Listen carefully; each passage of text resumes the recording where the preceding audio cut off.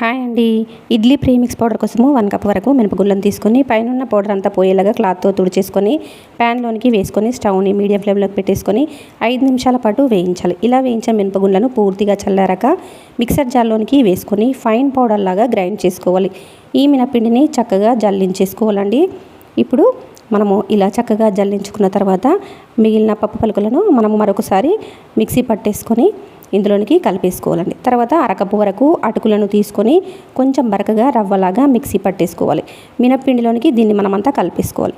తర్వాత 2 కప్పుల వరకు సన్నని ఇడ్లీ రవ్వను కూడా మినప్పిండిలో కలిపేసుకొని సాల్ట్ వేసుకొని ఇవన్నీ బాగా కలిసిపోయే విధంగా కలిపేసుకొని ఒక ఎయిటెడ్ బాక్స్లోని కనుక మీరు స్టోర్ చేసి పెట్టుకున్నారంటే పప్పు నానబెట్టి రుబ్బే పని లేకుండా ఇన్స్టెంట్గా మనం అప్పటికప్పుడు ఇడ్లీలను ప్రిపేర్ చేసుకోవచ్చు. మీకు కావాల్సినంత ఇడ్లీ ప్రీమిక్స్ పౌడర్ని ఇవే కొలతలతో ప్రిపేర్ చేసుకోవచ్చు. ఈ ఇడ్లీ ప్రీమిక్స్ పౌడర్ 5 నెలల వరకు నిల్వ ఉంటుంది. ఇడ్లీ ప్రీమిక్స్ పౌడర్తో ఇడ్లీలను ఎలా చేసుకోవాలో పార్ట్ 2లో చూద్దాం. Thank you for watching.